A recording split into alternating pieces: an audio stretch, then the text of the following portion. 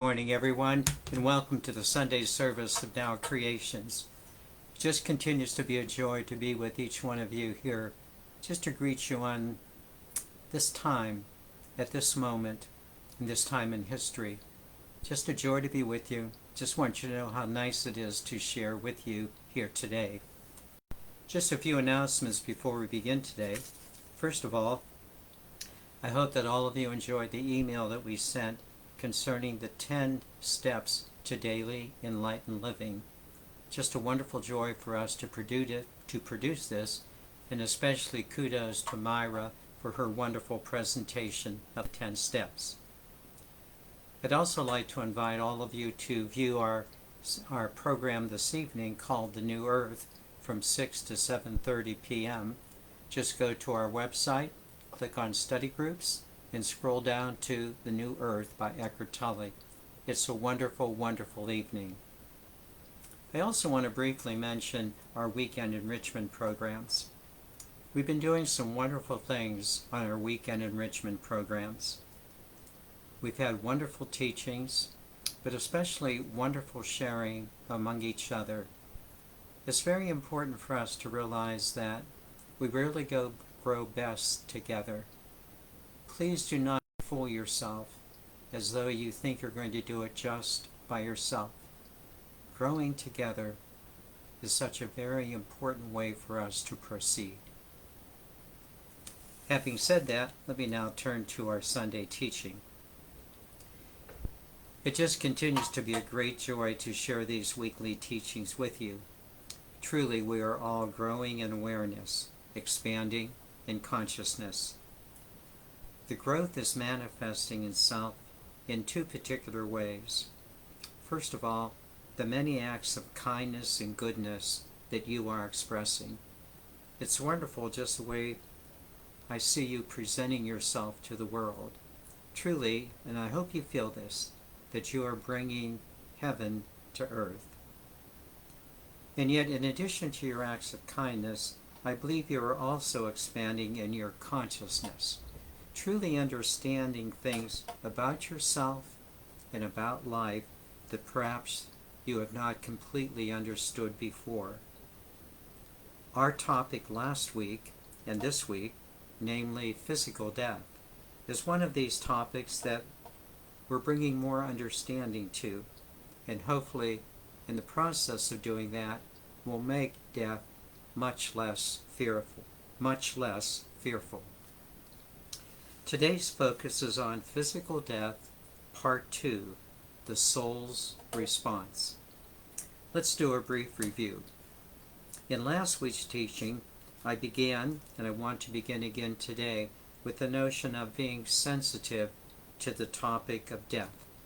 Sensitive for many of you because I know you're dealing with situations concerning health and physical death issues that are very important. It's one thing to talk about physical death, it's quite another to deal with it. And I just want you to know how important it is for us to be sensitive in this area. Secondly, I explained that death is not the opposite of life, but rather death, physical death, is the opposite of birth. Obituaries are given from the date of birth to the date of physical death. This distinction of birth to death, of physical birth to physical death, is vital in today's teaching.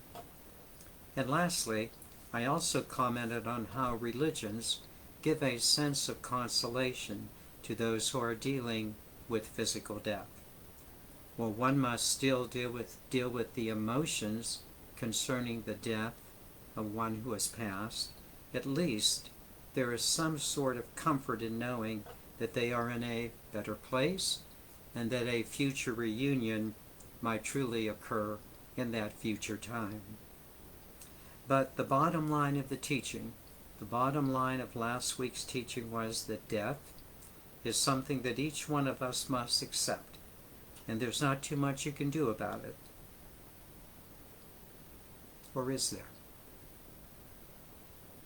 Or is there? Is there something you can do that changes your understanding of death? Is there something that you can do that changes your understanding of physical death?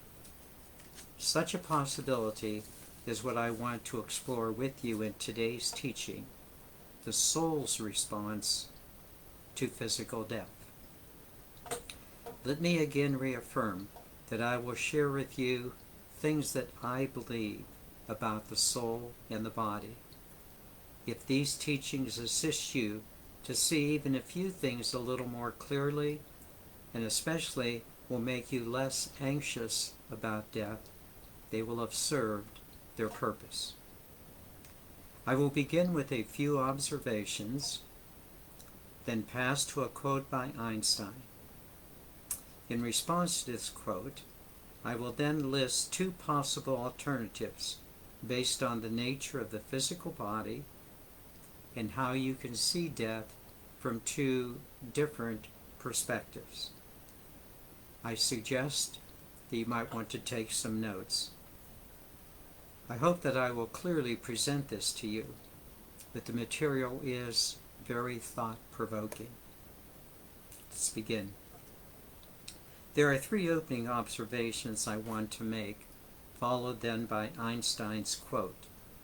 First, the three observations.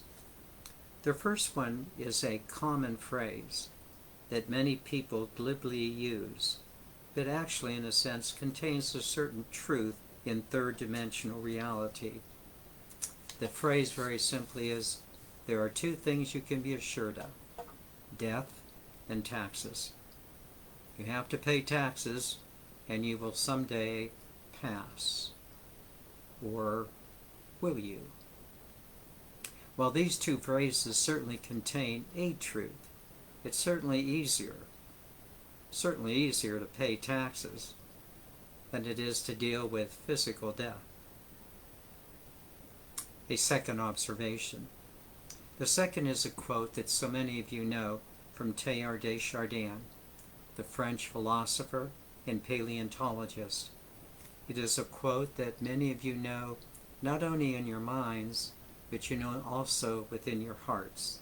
The quote is this: you are not simply a human being who is having spiritual experiences, but rather you really are a spiritual being having human experiences. You are a spiritual being having this human experience. This quote, which has been a foundational expression of the movement to a newer understanding of life, a spiritual view of life, contains such a shift in how we see ourselves. When you say to yourself, who am I?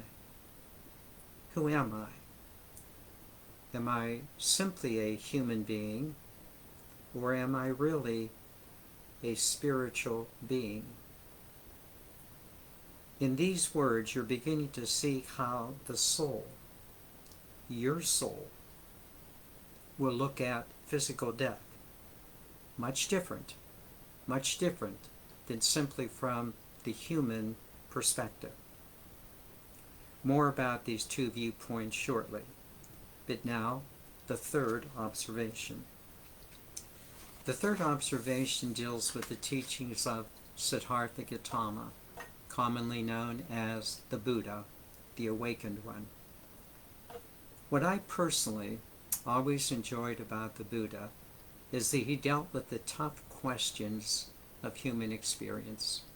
He never ducked those tough questions of illness, aging, and death. Illness, aging, and physical death. And the Buddha gave us many, many helpful suggestions about illness, aging, and death, especially learning to look at these things from a soul's perspective, which we will look at shortly. While the Buddha was able to do this,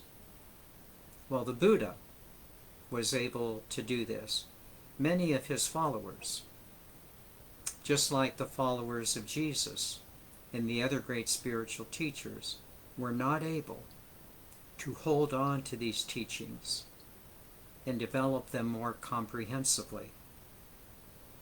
Thus, here we are, in the 20th and 21st centuries, attempting to develop these teachings more comprehensively and especially more practically. This is what I would like to do with you here today, to develop the teachings about physical death much more comprehensively and especially much more practically. Again, I encourage you to take some notes. Let's begin with a familiar quote of Albert Einstein. Einstein stated, "We cannot solve our problems with the same thinking we used when we created the problems." Let me just say this again, it just bears repetition. We cannot solve our problems with the same thinking we used when we created the problems. This quote by Einstein helps us to understand so much more thinking about physical death, because physical death was created by a limited view of thinking, which caused the problem that we must therefore look at for a bigger solution. Let me repeat this. The quote by Einstein helps us to see that much of the thinking about physical death was created from a very limited human view of thought, which created the problem. Thus, we must look at a bigger solution. So let's begin. Let's begin our understanding of physical death by first viewing the limited thinking that caused the problem, and then proceed to another solution, to another way of looking at physical death through our soul awareness. Let's begin with the limited way of looking at physical death from the perspective of what caused the problem in the first place. What caused the problem in the first place is the limited perspective from which we as human beings saw ourselves. Most human beings identify themselves from a mind-body perspective. This is indeed the human perspective. People see themselves as a mind-body. And physical death is an event that happens to the mind-body.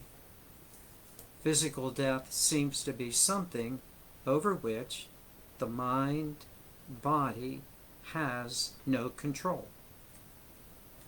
Physical death is just something that happens to you. This human view of physical death, is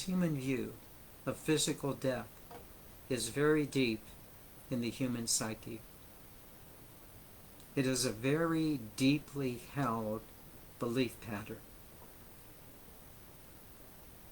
And even though, as Teilhard de Chardin states, that you have periodic spiritual experiences, even as a human being, most people still see themselves as a limited human being, susceptible to physical death. Your body is your identity. And ultimately, your body is subject to all of the things that the Buddha stated: illness, aging, and physical death. Illness, aging, and physical death come to everyone. It's the bottom line of the human experience. And people will say, you just have to recognize this. There's no going beyond it. So the question arises, is there an ability to go beyond it? Is there another perspective from which to view physical death? Or as Einstein would say, is there another view beyond the view that caused the problem? Is there another view beyond the view, that limited view, that caused the problem? The answer, yes. Yes, there is. But let me make a couple of introductory comments. This different view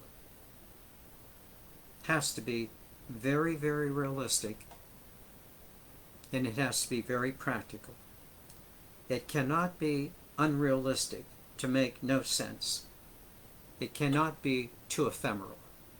And it must be able to be practical in its usage. This view is certainly contained in the words of Teilhard de Chardin. You are not just a human being. Rather, you really are. You really are. You really are a spiritual being having this human experience. What we need to do is to give a further explanation to what it means to be a spiritual being. And it must be realistic, and it must be practical. It must get us beyond the rigidity of the belief system of the third dimension of consciousness, seeing ourselves simply as a mind-body. We have to be able to get beyond this limited thinking, which caused the limited way of viewing physical death. Let's proceed.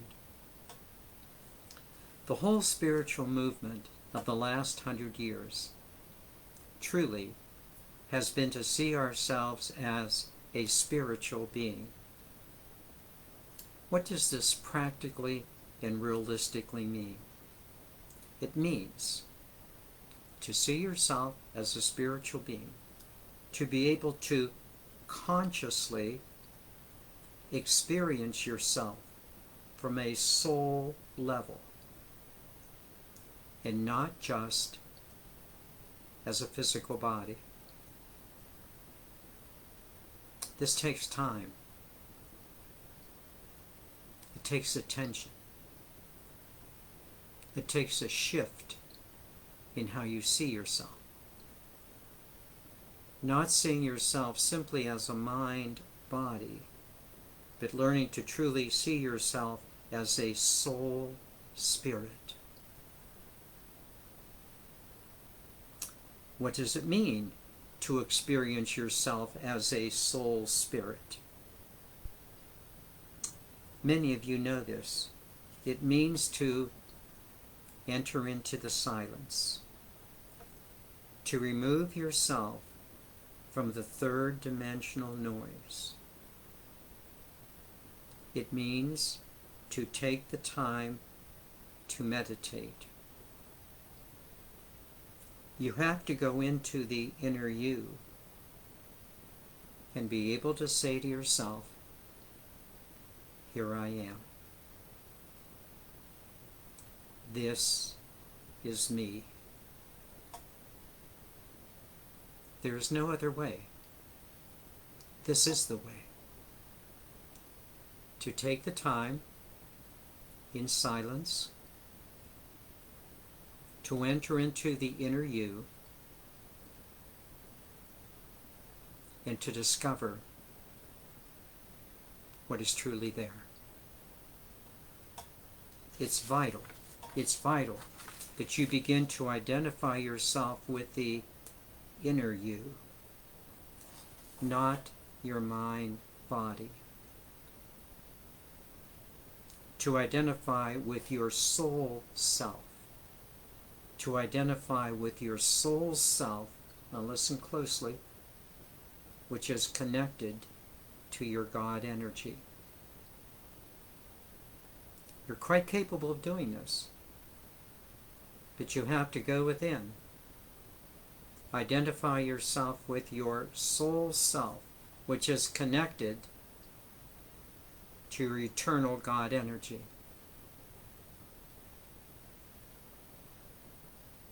Are you not doing this more and more? When you go within,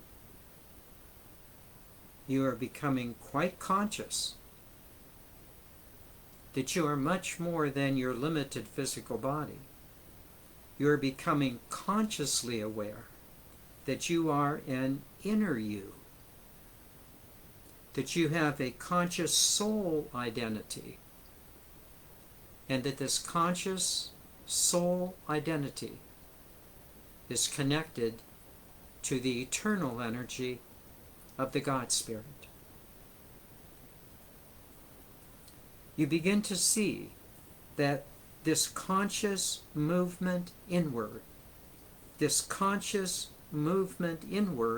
reveals your conscious soul to yourself. You are moving beyond the limited beliefs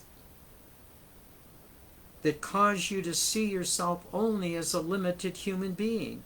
You're moving beyond the limited thinking that caused the problem in the first place of seeing yourself simply as a mind-body rather than as a soul spirit. No one can do the work for you. This view of limited physical humanness is deep within people's psyche. It takes the time to go within, to proceed to the inner you, to know the soul presence within you, connected to the God Spirit. It is this shift of consciously experiencing yourself as a soul spirit that I invite you to make.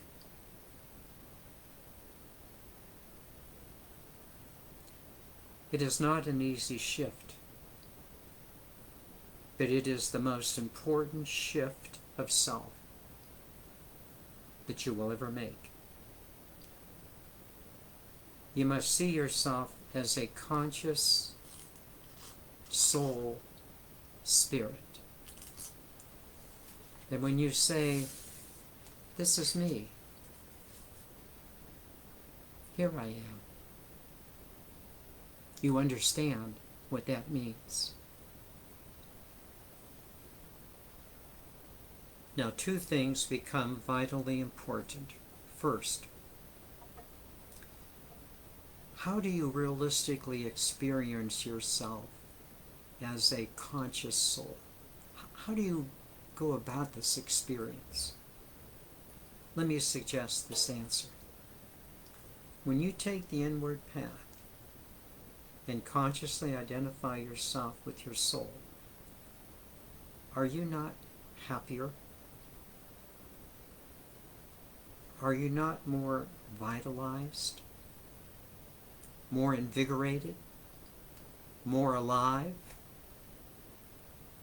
calmer, smarter, stronger, and especially more joyful?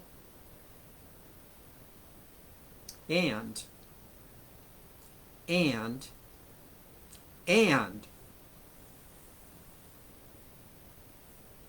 this state of conscious awareness, do you ever think of fear, limitation, illness, and death?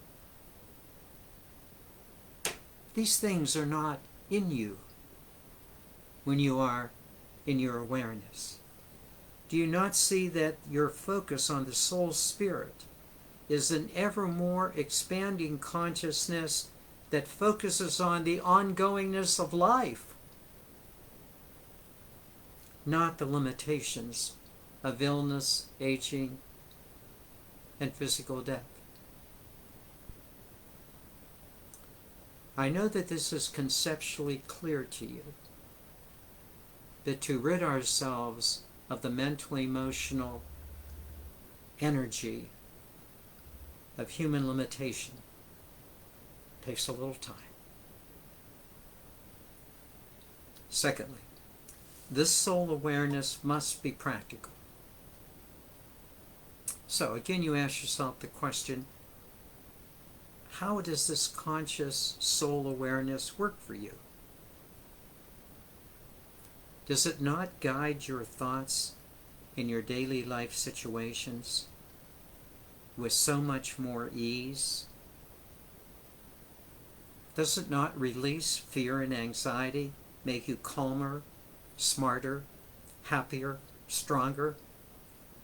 In a nutshell, living from the conscious power of your soul, I can only suggest this to you, is the most realistic and practical way of living that you can possibly adopt for yourself. Is it not? Put it to the test. See for yourself. You must see for yourself another perspective, the soul's perspective, and the difference that it makes. Now, from the soul perspective, you can take another look at physical death from your soul spirit awareness. I'm running out of time now, so I will complete this teaching next week. But in the meantime, I encourage you to understand that death to the body is not the death of you, nor is it the death of anyone else. Death to the body is not the death of you, nor is it the death of anyone else. You are an eternal soul spirit, right here, right now, and forever. It just depends on how you see yourself. From the limitation of the mind-body, or from the conscious presence of your soul spirit.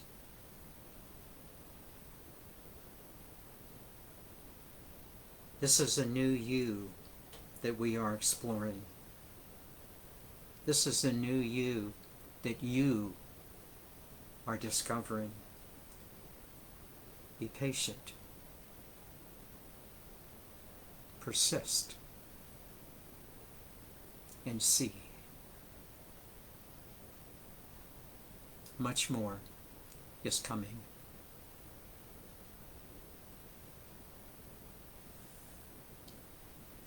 Let me now take you into meditation, and what a joy it is to do so. Let us begin as we normally do, by simply focusing on the breath. Just breathing in, breathing out, settling yourself. Settling yourself physically, mentally, and allowing your soul to come to the fore. Again, do not be lackadaisical. Nothing forced, but focused. Please begin.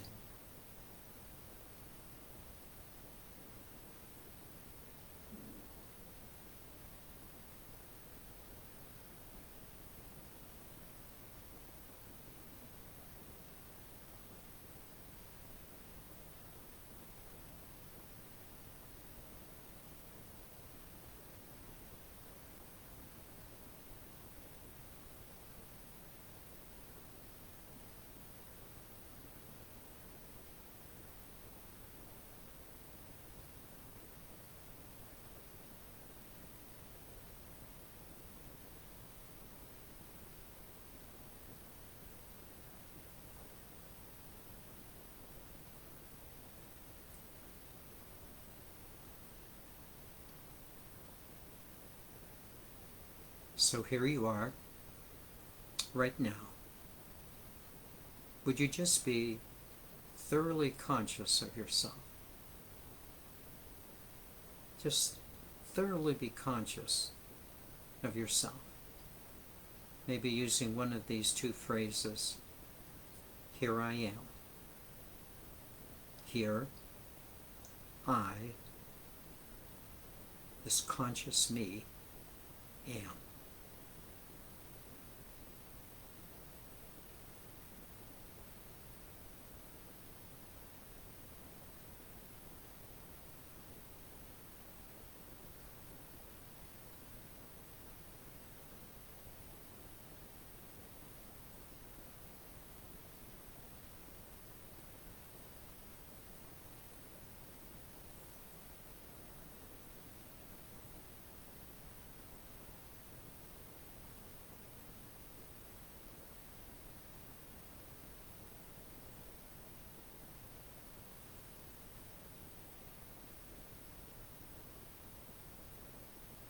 Or perhaps use this phrase, this is me.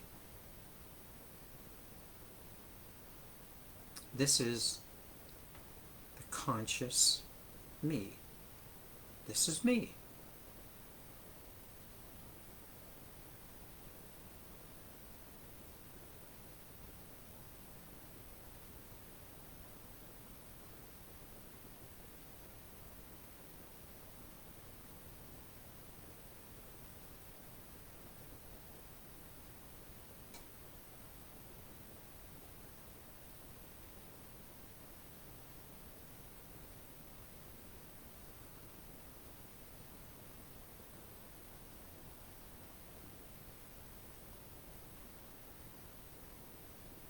Right here, right now,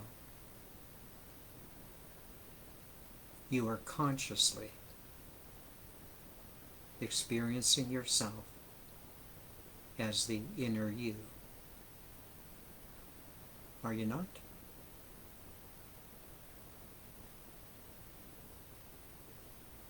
This is you.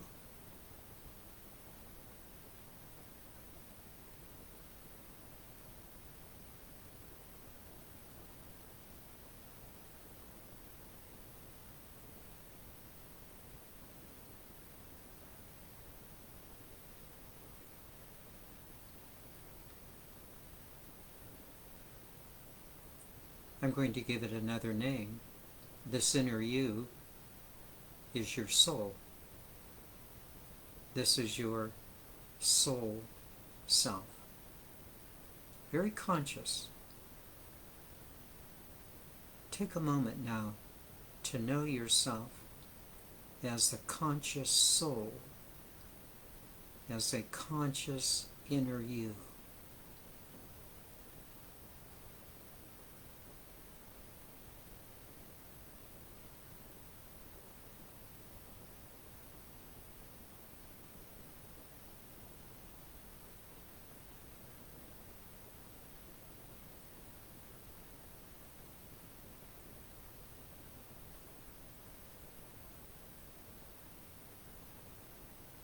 Don't fade away. Stay conscious. This is me. This is me.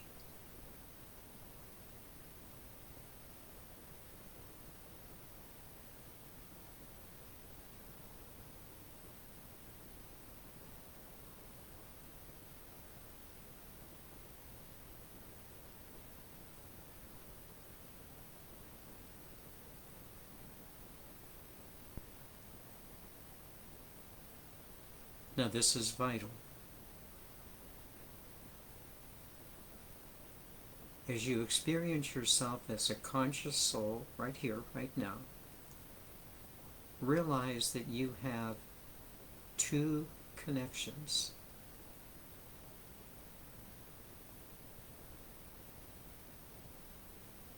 The first one is that you are connected to the God Spirit.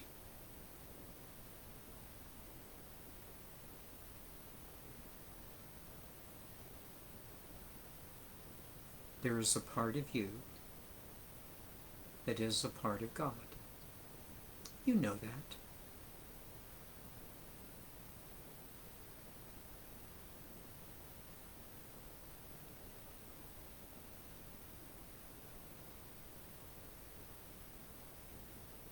That part of you that is a part of God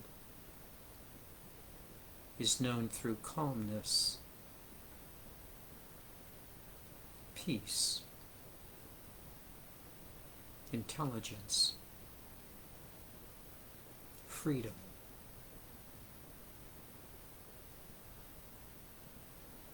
These are the conscious parts of your soul spirit.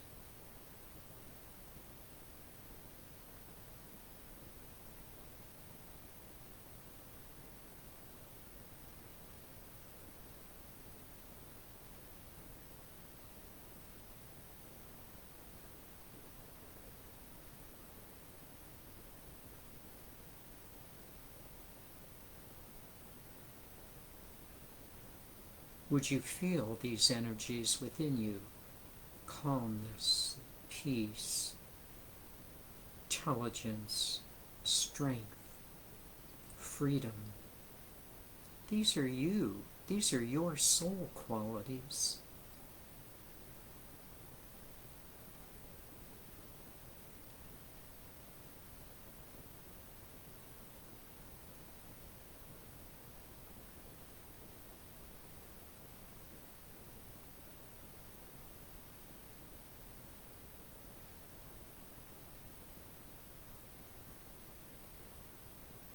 These qualities of your soul, listen closely,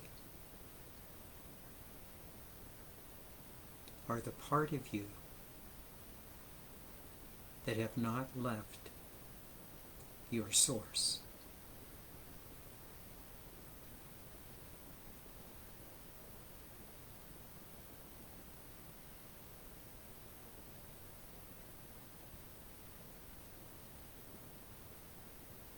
These are the qualities of the forever you.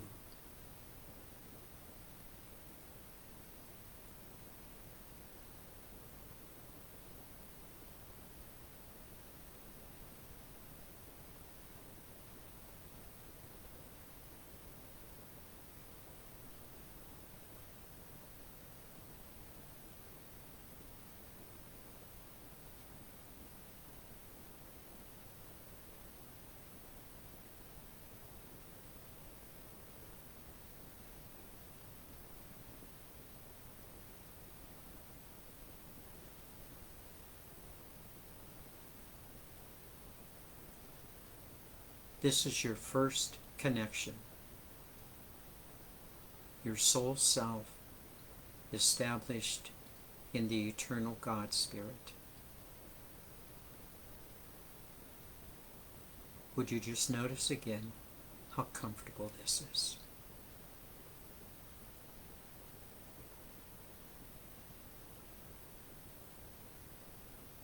Yes, this is you.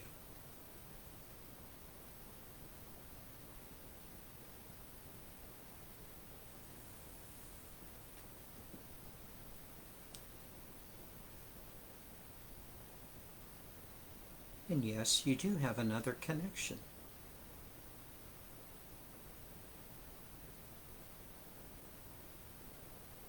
Actually, the connection is not really you, but it's more what you have.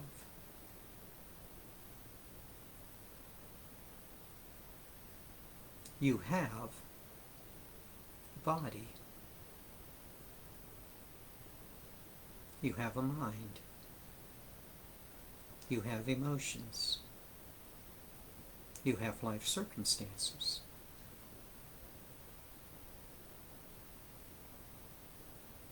These are the things you have.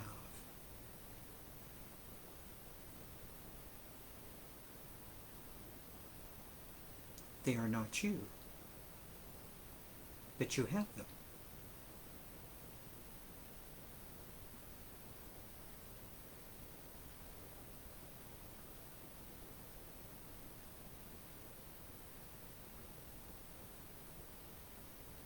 They are the vehicles of expression in the material realms of space-time. They are your vehicles of expression.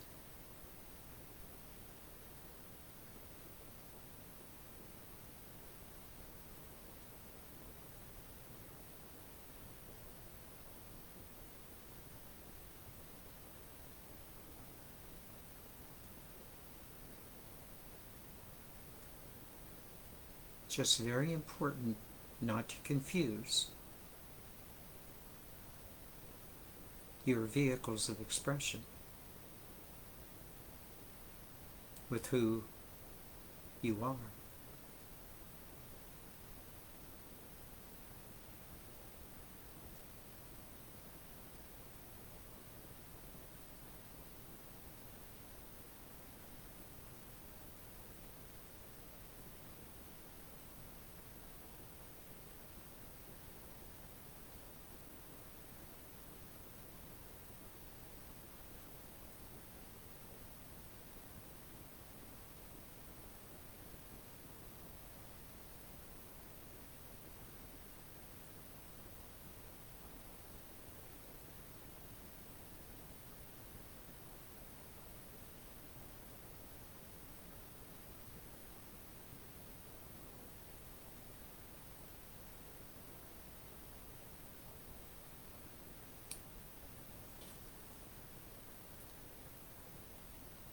There is much more to come,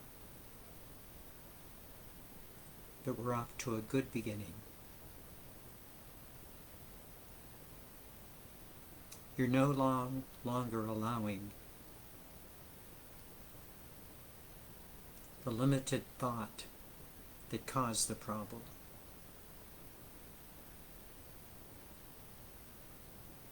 to keep on causing the problem.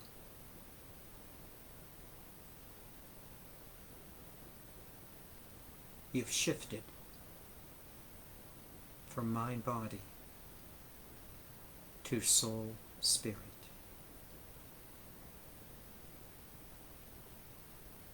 More to come. But as we play our song Namaste, would you acknowledge the Namaste in you as soul-spirit?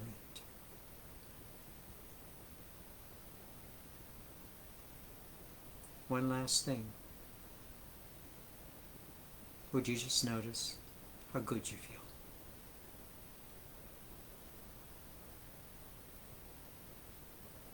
Doesn't that say something?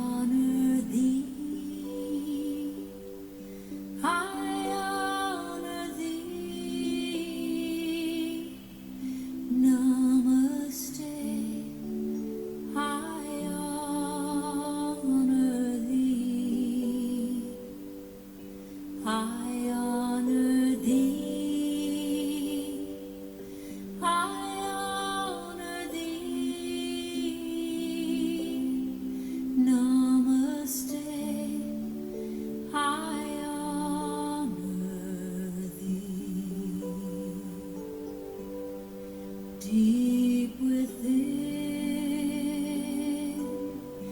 peace resides.